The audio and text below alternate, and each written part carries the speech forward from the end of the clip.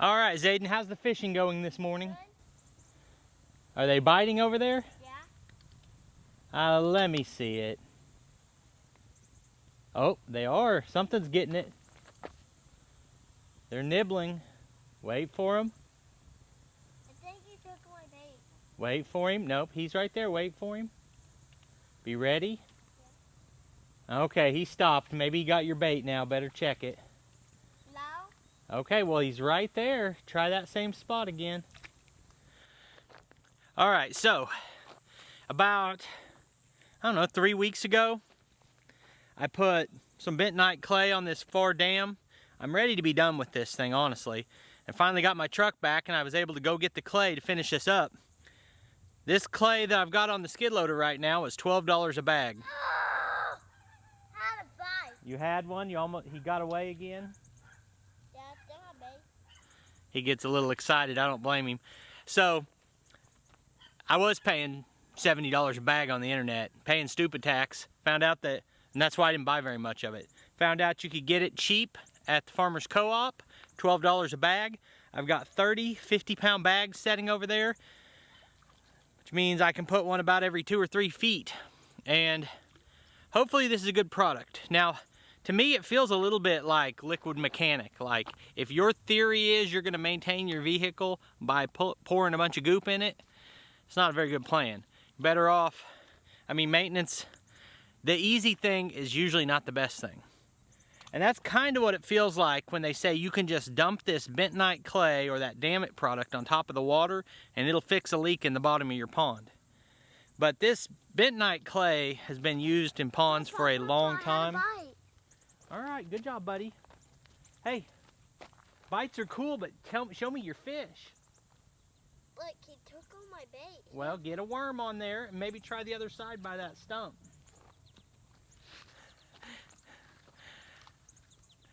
So bentonite clay has been used in ponds forever. There's absolutely zero question that it works when packed along the bottom. And the question is when you put it on top. And right now, I would say we've got our dam here. If we still have a leak, it's at the bottom, right where the water level is. And I can't really get in there to spread it from in the pond. I'm gonna have to dump it down from the top. And I think I should be able to get a pretty thick layer of this right at the water level. And if the product works, then this is the best application I'm gonna be able to get on it. So I'm gonna go along down through here, spread all that out, start dumping it into the pond. And once that's done, however much time I have left, I'm gonna spend pulling turf, pulling sod off over here and laying it along the pond dam. And then I have to stop. Paul Case is coming over. We're gonna record the Just Some Good Old Boys podcast. If you haven't been following that, it's a lot of fun. And Paul is a storyteller and he has a lot of expertise. So he's gonna be on the show and we're gonna record it tonight, probably post it tomorrow. But anyway, better get to work. While I'm getting that spread out, I'll leave the camera here so if little man catches a fish, you guys can see that one too. Was that a frog? That was a big frog. So right now you can probably barely even see it, but I'm spreading those 30 bags across the far bank. And it's really a pretty sad statement, but it wore me out just spreading those bags, and you'll hear it in my voice in a minute. Now you see my grandson is insistent on fishing on this one little hole on this side when he never catches anything there. But when he goes on the other side of the island, he catches a fish about every cast. But whatever makes him happy. Granted, it is really hot out here. We're in the heat of the day, but that's pretty sad. 29 bags spread along that bank and I'm worn out. I'm gonna sit down and see if we can catch a fish real quick before I dump those. No fish out back here. I can see your worm under the water. Can you see it? No. Right below the bobber. I can even see the fish grabbing it. There's a fish right by your worm. Pull a little bit of slack in. Just a little bit more. There he is, get him. Oh! Yeah. No, I wasn't scared though. It's crazy. I can see the fish. his bobber's only got 2 foot of line under it. And I can see that fish nibbling on it.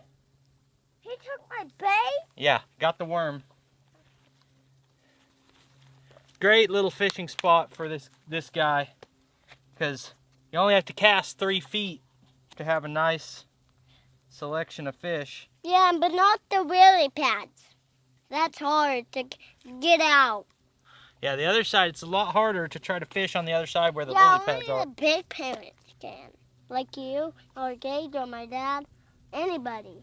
Except maybe or my mom, right? Because that's hard. Yeah, it was even hard for me to fish out there because I kept snagging my line. So yeah, it's everybody. You guys got that But once we get those lily pads gone and the water level comes up, we can fish the whole pond. But yeah, right now... And I can even fish. Right now, come over here and do it. Come to this side of me. Right now, this is the best fishing right here. It's better. Not a good cat.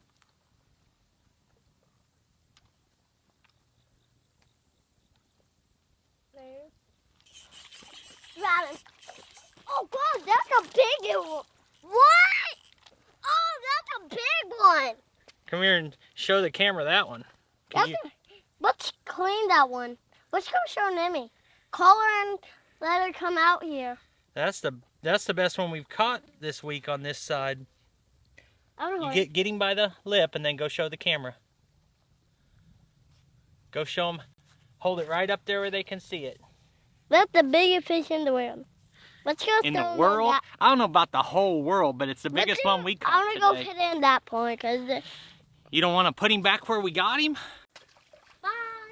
All right, good fishing. Now I gotta go get to work on that pond bank.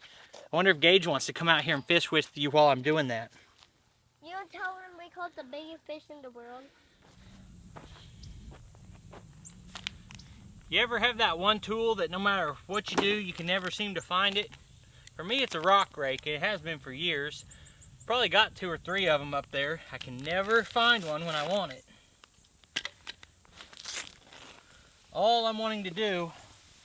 Wow, that's more powdery, whereas the other was more pelletized.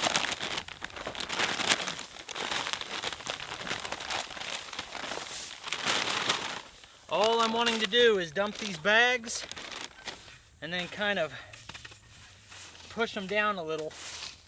It's gonna wash down some with the rain.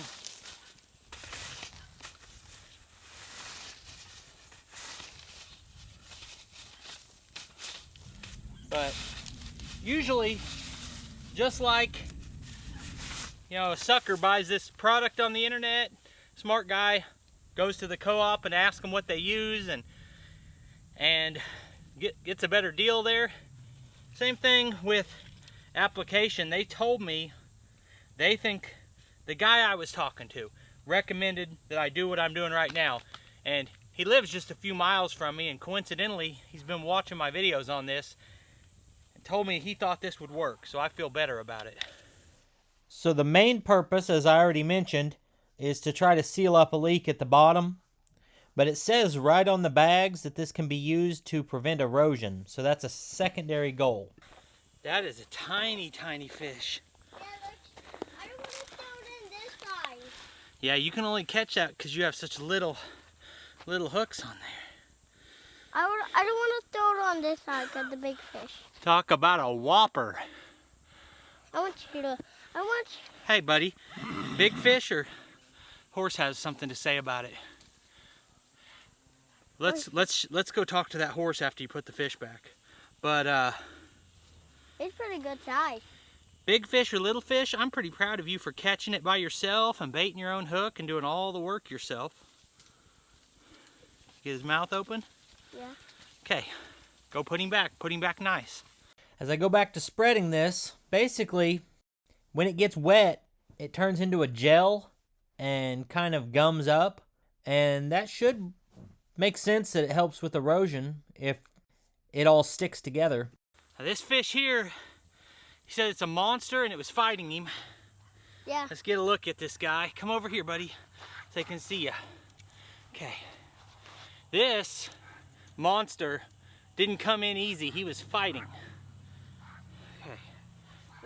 I don't want to put that one in. Yeah, you do. Okay, show it to the camera one more time. Let's show every one of them that you catch. Hold it up to the camera. Yeah! Now take your pole and go let him back nice. I said 30 bags earlier because that's what they told me they had, but they actually only had 29. And I think that worked out about right for the length of this bank to put a good layer across the whole thing. And it's about what I wanted to spend. Now, I'd already done 8 more bags, so I put 37 50-pound bags across here. Means a little bit less than 2,000 pounds. And when the pond fills up, I'm still going to use the Damn It product. It's been my plan all along to do a 3-stage process to seal this up, and hopefully it works. Between the properties of a sealant and an anti-erosion product, I think this had to really help for $300. I feel pretty good about this investment compared to some of the other things I've done out here. But that's actually quite a bit of work. I think I'm gonna go over, see if me and Little Man can catch a few more fish. Then I'm gonna get ready for the man, the myth, the legend, Paul Case. So come back tomorrow and check out the podcast. Paul's a heck of a storyteller. Ought to be a good show. And I appreciate you taking time to watch this video. Put links on the screen to more of our videos, and I'll see you next time.